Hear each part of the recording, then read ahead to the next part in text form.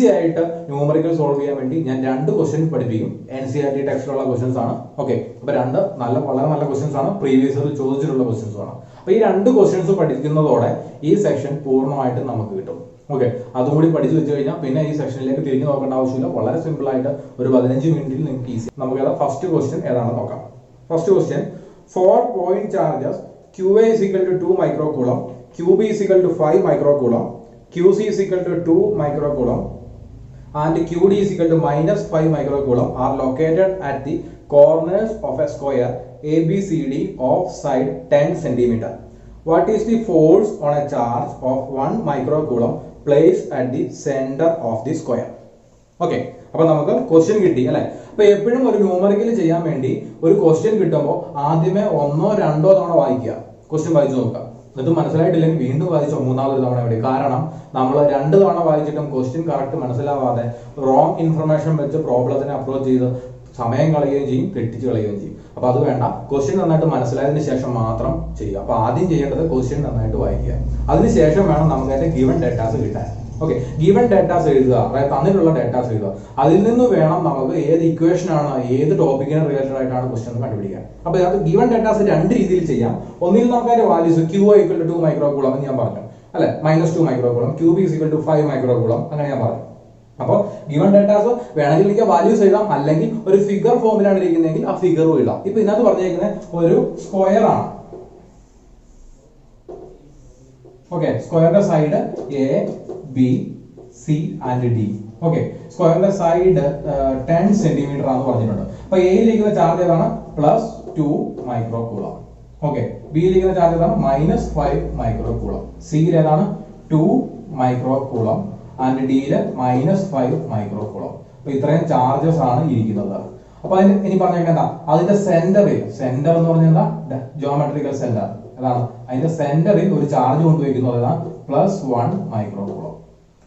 ഈ ചാർജിൽ ഈ 4 ചാർജസ് കാരണം എക്സ്പീരിയൻസ് ചെയ്യുന്ന നെറ്റ് ഫോഴ്സ് കണ്ടുപിടിക്കണം. അപ്പൊ നോക്കിയേ, ഇവിടെ ഗിവൺ ഡേറ്റ ഞാൻ എഴുതിയിരിക്കുന്നത് എങ്ങനെയാണ്? ഒരു ഫിഗർ ഫോമിലാണ്. ക്വസ്റ്റ്യൻ വായിക്കുമ്പോൾ തന്നെ ഇത് നമ്മുടെ മനസ്സിലേക്ക് വരണം. അപ്പൊ എപ്പോഴും ന്യൂമറിക്കൽ ചെയ്യണമെങ്കിൽ വളരെ സിമ്പിൾ ആയിട്ട് പറ്റത്തില്ല. എന്ത് ചെയ്യണം? പെട്ടെന്ന് ന്യൂമറിക്കൽ സൊല്യൂഷനിലേക്ക് എത്താൻ പറ്റുമോ? ഒരിക്കലും പറ്റത്തില്ല. കാരണം അതിന് ചെയ്യേണ്ടത് ഡ്രൈവിംഗ് പഠിക്കുന്ന പോലെ തന്നെയാണ്. എന്താണ് ഡ്രൈവിംഗ്? എന്താ, നമ്മൾ വണ്ടി ഓടിച്ചല്ലേ പഠിക്കുന്നത്, എക്സ്പീരിയൻസ്ഡ് ആവണം അതുമായിട്ട്. അതുപോലെ തന്നെ ന്യൂമറിക്കലും ചെയ്ത് പഠിക്കുക. അല്ലാതെ വായിച്ചത് നോക്കിക്കൊണ്ടോ അല്ലെങ്കിൽ കുറെ ആരെങ്കിലും പറയുന്നത് കേട്ടത് കൊണ്ടോ സിമ്പിൾ 1 2 ലോജിക്ക് പഠിച്ചുകൊണ്ടോ ഒന്നും ന്യൂമറിക്കൽ പഠിക്കത്തില്ല, ചെയ്ത് പഠിക്കും. മാക്സിമം ന്യൂമറിക്കൽ ചെയ്യുന്നതനുസരിച്ച് നമുക്ക് മാക്സിമം സൊല്യൂഷനിലേക്ക് എത്താം. ഓക്കെ, അപ്പൊ നമുക്ക് ഇത്രയും കിട്ടി. അപ്പൊ നോക്കിയാൽ 1 കൂളത്തിൽ എത്ര ഫോഴ്സ് ആക്ട് ചെയ്യും? ഞാൻ പറഞ്ഞ സൂപ്പർ പൊസിഷൻ പ്രിൻസിപ്പിൾ എടുക്കുക. എത്ര ഫോഴ്സ് ഉണ്ട്, എത്ര ചാർജ് ഉണ്ട് ഇതിന് ചുറ്റും? 1 2 3 4. അപ്പൊ 1 കൂളത്തിൽ എത്ര ഫോഴ്സ് ഉണ്ടാവും? 4 ഫോഴ്സ് അല്ലെ, അറിയാലോ. ഈ 4 ഫോഴ്സിന്റെ റിസൾട്ടന്റ് എടുക്കുക, അത്രേ ഉള്ളൂ ചെയ്യാൻ. 4 ഫോഴ്സിന്റെ റിസൾട്ടന്റ് എങ്ങനെ എടുക്കാം? കൂളംസിലോ അപ്ലൈ ചെയ്യണം അല്ലെ. കൂളംസിലോ അപ്ലൈ ചെയ്യുമ്പോൾ ഇത് നമ്മളുടെ ഡിസ്റ്റൻസ് നോക്കാം. അപ്പൊ ആദ്യം എങ്ങനെ ജോമെട്രിയിൽ നിന്ന് നമുക്ക് നോക്കാം. ഈ ഡിസ്റ്റൻസ് ഉണ്ടോ, എയിൽ നിന്ന് ഇത് O ആണെന്ന് എടുക്കാം. AO. അടുത്ത ഓയിൽ നിന്ന് സി ലെവൽ ഡിസ്റ്റൻസ്, ഓയിൽ നിന്ന് സി ലെവൽ ഡിസ്റ്റൻസ് OC. രണ്ടും ഈക്വൽ ആണല്ലോ. കാരണം എന്താ, ഇതൊരു സ്ക്വയർ ആണ്, 10 സെന്റിമീറ്റർ സൈഡുള്ള. ഇത് ഡയഗണലിന്റെ മീറ്റിംഗ് പോയിന്റ് ആണ്. അതുപോലെ തന്നെ നോക്കി, OD will be equal to OB ആയിരിക്കും. AO is equal to OC, OD is equal to OB. Okay, ഈ ഡിസ്റ്റൻസ് ഞാൻ ഈക്വൽ ടു R എന്ന് കൊടുത്തു.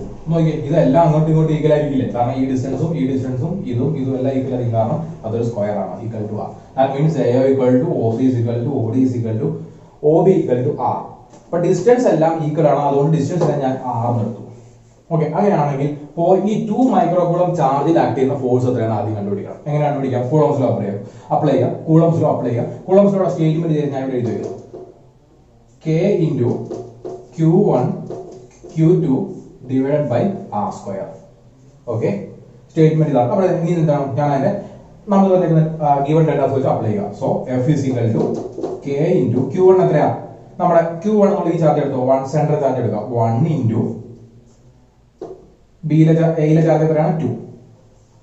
1 into 2 divided by R square. ഞാൻ ഡിസ്റ്റൻസ് R തന്നെ എടുക്കുന്നു കേട്ടോ, കാരണം വാല്യൂ സബ്സ്റ്റിറ്റ്യൂട്ട് ചെയ്യുന്നില്ല. അത് എന്തുകൊണ്ടാണെന്ന് ഇപ്പോൾ അടുത്ത സ്റ്റെപ്പ് കൂടി ചെയ്യുമ്പോൾ മനസ്സിലാവും. അപ്പൊ ഇവിടുത്തെ ഫോഴ്സിന്റെ ഡയറക്ഷൻ എങ്ങോട്ടാ? പുറത്തേക്കല്ലേ. 2 പ്ലസ് ചാർജല്ലേ, ലൈൻ ഓഫ് ആക്ഷനിൽ 2 പ്രോപ്പർട്ടി പറയുന്നു. ലൈൻ ഓഫ് ആക്ഷനിലെ ഡിസ്റ്റൻസിന്റെ ലൈൻ ഓഫ് ആക്ഷനിലെ ഫോഴ്സ് ആക്ട് ചെയ്യത്തുള്ളൂ. ഓക്കെ, അപ്പൊ അത് പിന്നെ റിപ്പൽ ചെയ്യുമ്പോൾ പുറത്തേക്ക് പോകും. F is equal to K into, that means K into 2 divided by R square. That means 2K divided by R square. Okay, ഇതാണ് F. അപ്പൊ നോക്കിയത് എടുത്ത പോയിന്റ് ആണ്. ഞാൻ അവിടെ FA എന്ന് പേര് കൊടുത്തു കേട്ടോ. എ ഓക്കെ ഓയിൽ ആക്ട് ചെയ്യുന്ന ഫോഴ്സ് ഏത് കാരണം എ കാരണം അതായത് നമ്മുടെ നോമൻക്ലേച്ചർ പ്രകാരം നമുക്ക് ഇങ്ങനെ കൊടുക്കാം ഓയിൽ ആക്ട് ചെയ്യുന്ന ഫോഴ്സ് ഏത് കാരണം എ കാരണം എഫ് ഒ എ എന്ന് കൊടുത്തു. അത് ഞാൻ അടുത്ത ഏതാണ് ഓയിൽ ആക്ട് ചെയ്യുന്ന ഫോഴ്സ് ഏത് കാരണം സി കാരണം F O C equal to K into charge ഏതാണ് 1 ഏതാണ് Q1 is 1 into Q2 ഏതാണ് 2 divided by r square എത്ര കിട്ടി 2k divided by r square. രണ്ട് ഇക്വേഷൻ നോക്കി equation number 1 equation number 2 that means FOA യും FOC യുടെയും റൈറ്റ് സൈഡ് ഈക്വൽ ആണ്.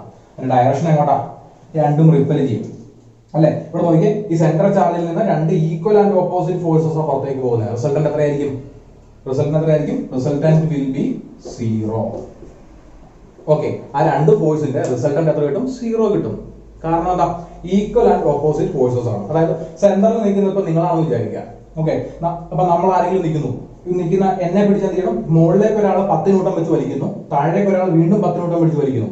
രണ്ട് സൈഡിലേക്കും ഒരേ ഫോഴ്സ് വെച്ച് വലിച്ചാൽ ഒരേ ആരോഗ്യമുള്ള ആൾക്കാർ വലിച്ചാൽ സെയിം ആരോഗ്യമുള്ള ആൾക്കാർ വലിച്ചാൽ എന്ത് സംഭവിക്കും മൂവ് ചെയ്യത്തില്ല. സെന്ററിൽ നിൽക്കുന്ന ആൾ അവിടെ തന്നെ നിൽക്കും. കാരണം എന്താ റിസൾട്ടന്റ് ഫോഴ്സ് 0 ആയതുകൊണ്ടാണ് നിൽക്കുന്നത്. ഓക്കെ അപ്പൊ അത് ക്ലിയർ ആയി. അങ്ങനെയാണെങ്കിൽ നോക്കിയേ ബിയിൽ നിന്നുള്ള അടുത്ത പോയിന്റ് ചെയ്യാൻ വളരെ എളുപ്പം. മൈനസും പ്ലസും എന്ത് ചെയ്യും അട്രാക്ട് ചെയ്യും. ദാറ്റ് മീൻസ് പേരതാണ് ഓയിൽ ആക്ട് ചെയ്യുന്ന ഫോഴ്സ് ഏത് കാരണം ബി കാരണം ഓ ബി. ഇവിടെയാണ് ഡി കാരണം ഓയിൽ ആക്ട് ചെയ്യുന്ന ഫോഴ്സ് അത് അട്രാക്ഷൻ ആണ് അല്ലെ. മൈനസും പ്ലസും അങ്ങോട്ട് അട്രാക്ട് ചെയ്യും. That means F O D. O ബിയുടെ മാഗ്നിറ്റ്യൂഡ് എത്രയാണ് എഫ് ഒ ബിയുടെ മാഗ്നിറ്റ്യൂഡ് നോക്കിയേ കെ ഇൻറ്റു Q1 Q എത്രയാണ് 5 ഇൻറ്റു ഇത് ചെയ്യുമ്പോൾ നമ്മൾ ഡയറക്ഷൻ ഇവിടെ ഓൾറെഡി എടുത്തിട്ടുണ്ടോ അതുകൊണ്ട് എന്ത് വേണ്ട ഇവിടെ മൈനസ് സൈൻ കൊടുക്കേണ്ട ആവശ്യമില്ല. Minus into 1 divided by r square. Okay again F O D is equal എന്താണ് കെ ഇൻറ്റു എത്രയാണ് ഇവിടെ -5 into 1 divide by r square. ഇത് നോക്കിയേ 5k by r square FOD is equal to 5k by r square equal and opposite. ഒരു പോയിന്റിലേക്ക് ഇവിടുന്ന് അങ്ങോട്ടും അവിടുന്ന് ഇങ്ങോട്ടും കിട്ടുന്ന ഫോഴ്സ് ഈക്വൽ ആൻഡ് ഓപ്പോസിറ്റ് ആണ്.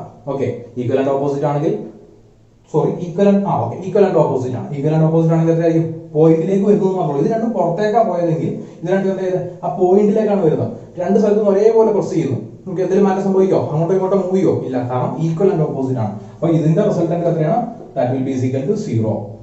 ഇത് രണ്ടും കാണാൻ റിസൾട്ടന്റ് 0 കിട്ടി, ഇത് രണ്ടും കാണാൻ റിസൾട്ടന്റ് 0 കിട്ടി. അപ്പൊ നെറ്റ് ഫോഴ്സ് എത്ര ആക്ട് ചെയ്യുന്നത് നെറ്റ് ഫോഴ്സ് ഉണ്ടോ ഇല്ല. സോ നെറ്റ് ഫോഴ്സ് ഓൺ ഏത് ചാർജാണ് +1 micro coulomb is equal to 0 കണ്ടോ ഈസ് ഈക്വൽ ടു 0 എന്ന് കിട്ടി.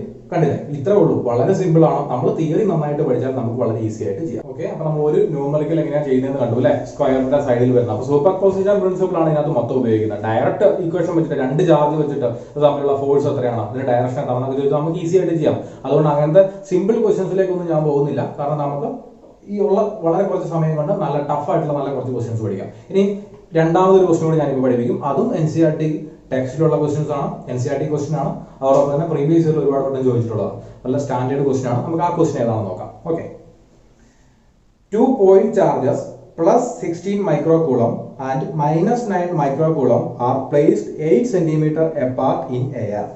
You are asked to place a 10 microcoulomb charge at a third position such that the net force on 10 microcoulomb charge is 0.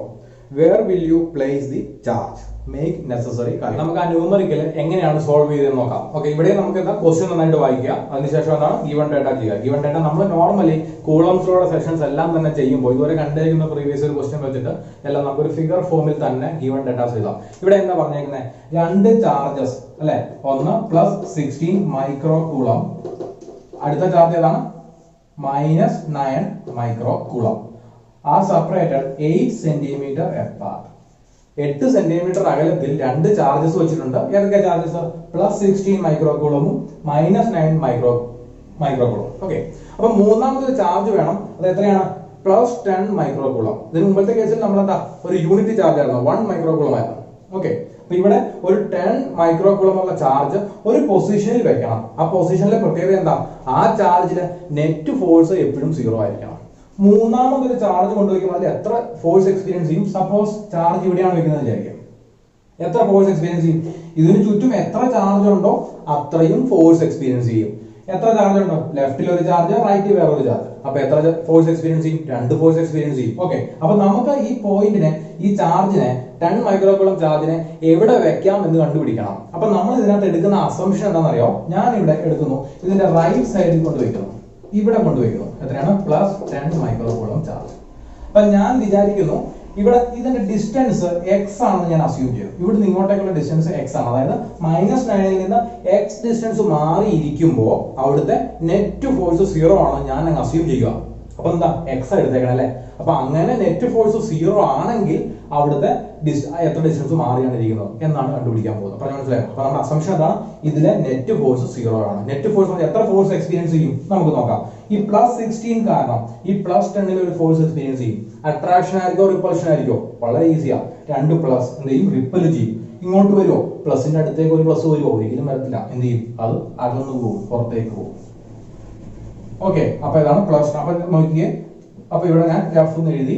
അപ്പൊ ഇത് നോക്കിയേ, ഇത് first charge, ഇത് second charge. Okay, അപ്പൊ ഞാൻ ഇവിടെ F1 എന്ന് എഴുതി കേട്ടോ. 1 കാരണം ഉണ്ടാവുന്ന, ഇപ്പൊ നോമൻക്ലേച്ചറിലേക്ക് ഒന്നും പോകേണ്ട ആവശ്യമില്ല. 1 എന്നുള്ളത് F1 എന്ന് എഴുതി, 1 കാരണമുള്ളത്. ഓക്കെ, അതുപോലെ തന്നെ -9 കാരണം ഒരു ഫോഴ്സ് എക്സ്പീരിയൻസ് ചെയ്യില്ല. അത് എങ്ങോട്ടായിരിക്കും ഇരിക്കുന്നത്? പ്ലസ് എപ്പോഴും എങ്ങോട്ട് പോകും? മൈനസിന് അടുത്തേക്ക് ഓടി വരും. ഓക്കെ, അപ്പം ഫോഴ്സ് എങ്ങോട്ട് ഇരിക്കും? മൈനസിന് അടുത്തേക്ക് ഇരിക്കും. ഓക്കെ, അപ്പൊ എന്താണ്? അതിനെ എന്ത് ചെയ്തു? 2 സെക്കൻഡ് അല്ലേ? F2. അപ്പൊ നോക്കി, F1 റൈറ്റിലേക്കും F2 ലെഫ്റ്റിലേക്കും. അപ്പൊ ഞാൻ അസ്യൂം ചെയ്തേക്കുന്നത് എന്താ? എന്റെ അസംഷൻ എന്താ? ഇതിലെ നെറ്റ് ഫോഴ്സ് 0 ആണ്. നെറ്റ് ഫോഴ്സ് 0 ആണെങ്കിൽ F1 ഉം F2 എന്തായിരിക്കണം? F1 must be = F2 ആയിരിക്കണം. പറഞ്ഞു മനസ്സിലായോ? ഞാൻ എടുക്കുന്നു x ഡിസ്റ്റൻസ് എനിക്ക് അറിയത്തില്ല. ഇത്രയും ദൂരം മാറി ഇരിക്കുമ്പോൾ അതിലെ നെറ്റ് ഫോഴ്സ് 0 ആണ്. അതായത് എത്ര ഫോഴ്സ് ഉണ്ട്? രണ്ടും 2 ഡയറക്ഷനിലാണെന്ന് അറിയാം. ഓക്കെ, അതിന്റെ മാഗ്നിറ്റ്യൂഡ് എങ്ങനെയായിരിക്കണം? മാഗ്നിറ്റ്യൂഡ് ഈക്വൽ ആയിരിക്കണം, എന്നാലല്ലേ നെറ്റ് ഫോഴ്സ് 0 ആവുള്ളൂ. അങ്ങോട്ട് പിടിച്ചു വലിക്കുന്നതും ഇങ്ങോട്ട് പിടിച്ചു വലിക്കുന്നതും ഈക്വൽ ആയിരിക്കണം. ഈ കൺസെപ്റ്റ്, ഇതാണ് നമ്മുടെ ലോജിക്. ഇതിൽ നിന്നാണ് നമ്മൾ ആൻസറിലേക്ക് എത്താവുന്നത്. ഇനി നമുക്ക് ഇനിയും വളരെ സിമ്പിൾ ആണ്. കൂളംസ് ലോ അപ്ലൈ ചെയ്യാം. F1 എന്ന് പറഞ്ഞാൽ എങ്ങനെ കാൽക്കുലേറ്റ് ചെയ്യാൻ? F1 എങ്ങനെ കാൽക്കുലേറ്റ് ചെയ്യാം? F1 എന്ന് പറഞ്ഞാൽ ഈ 10 മൈക്രോകൂളം +16 തമ്മിലുള്ള ഫോഴ്സ് ആണ്. അപ്പൊ എന്താണ്? K ഇൻറ്റു എത്രയാണ്? Q1 Q2. Q1 എത്രയാണ്? 10 മൈക്രോകൂളം. 10 ഇൻറ്റു അതിന് SI യൂണിറ്റിലേക്ക് മാറ്റിയിട്ടാണോ ചെയ്യേണ്ടത്? ഇതിൽ മാറ്റിയില്ലെങ്കിലും കുഴപ്പമില്ലെങ്കിലും ഞാൻ അങ്ങനെ എഴുതുന്നു. 10 × 10⁻⁶. ഓക്കെ, ഇൻറ്റു ചാർജ് ഏതാണ്? ഇവിടെ എത്രയാണ്? 16 × 10⁻⁶. ഓക്കെ, ഇത് കൺഫ്യൂസ്ഡ് ആവരുത്. Okay, 10 × 10⁻⁶ divided by 16 × 10⁻⁶ divided by distance of separation. എത്രയാണ്? 1ൽ നിന്ന് 10ലേക്കുള്ള ദൂരം എത്രയാ?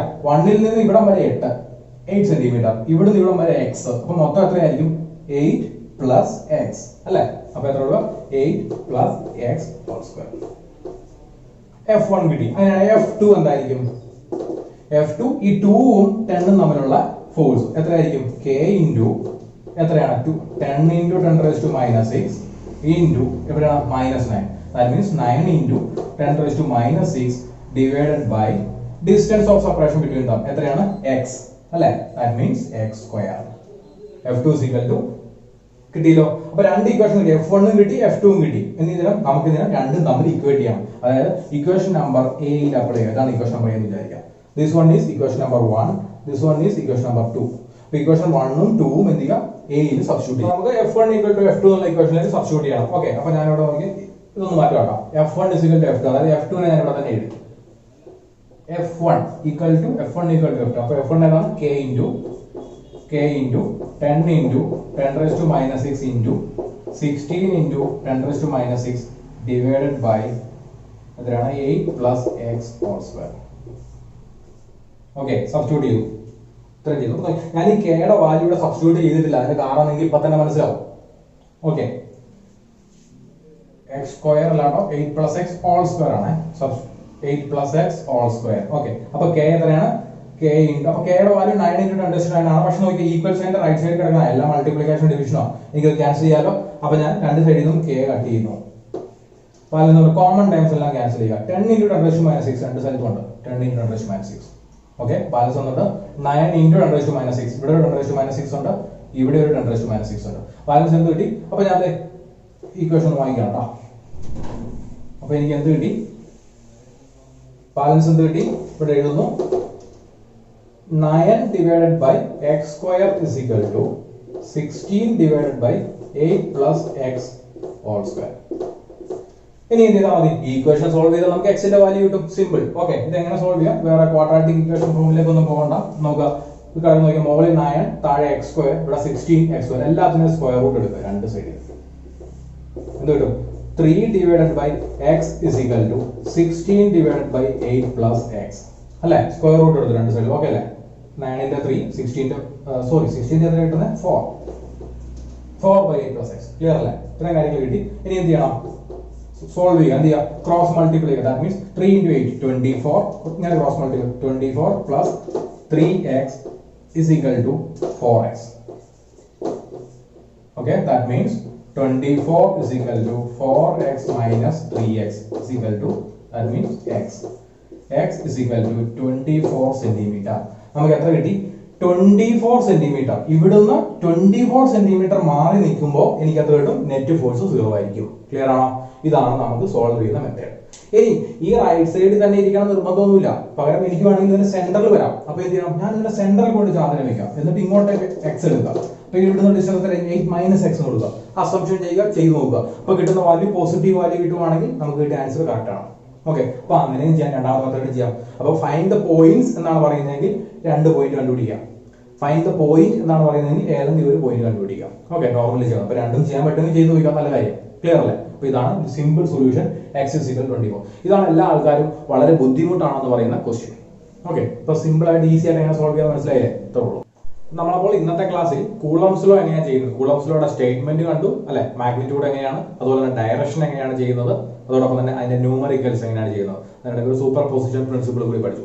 ഈ ഇത്രയും കാര്യങ്ങൾ 4 സെഷൻ ആയിട്ടാണ് പഠിച്ചിരിക്കുന്നത്. ഓക്കെ, അപ്പൊ ഇത്രയും കാര്യങ്ങൾ പഠിക്കുമ്പോൾ തന്നെ കൂളംസ് ലോയുടെ എല്ലാ ക്വസ്റ്റ്യൻസും നിങ്ങൾക്ക് ചെയ്യാൻ പാകത്തിനുള്ള ഒരു സ്റ്റാൻഡേർഡ് ലെവലിലേക്ക് നിങ്ങൾ എത്തും. ഓക്കെ, അപ്പൊ നിങ്ങൾക്ക് വീഡിയോ ഇഷ്ടപ്പെട്ടെന്ന് വിചാരിക്കുന്നു. ക്ലാസ് ഇഷ്ടപ്പെട്ടെങ്കിൽ നിങ്ങൾ ലൈക്ക് ചെയ്യുക, അതോടൊപ്പം തന്നെ സബ്സ്ക്രൈബ് ചെയ്യുക. അതോടൊപ്പം നിങ്ങൾക്ക് ഒരു ബെല്ലൈക്കൺ കാണാം, ആ ബെല്ലൈക്കൺ എനേബിൾ ചെയ്യുക. അപ്പൊ നിങ്ങൾക്ക് എല്ലാ വീഡിയോസും നോട്ടിഫിക്കേഷൻ കിട്ടുന്നതായിരിക്കും. അപ്പൊ അടുത്ത ക്ലാസ്സിൽ നമുക്ക് ചാപ്റ്റർ 1ന്റെ തന്നെ 3ാമത്തെ സെക്ഷനുമായിട്ട് കാണാം. Okay, by.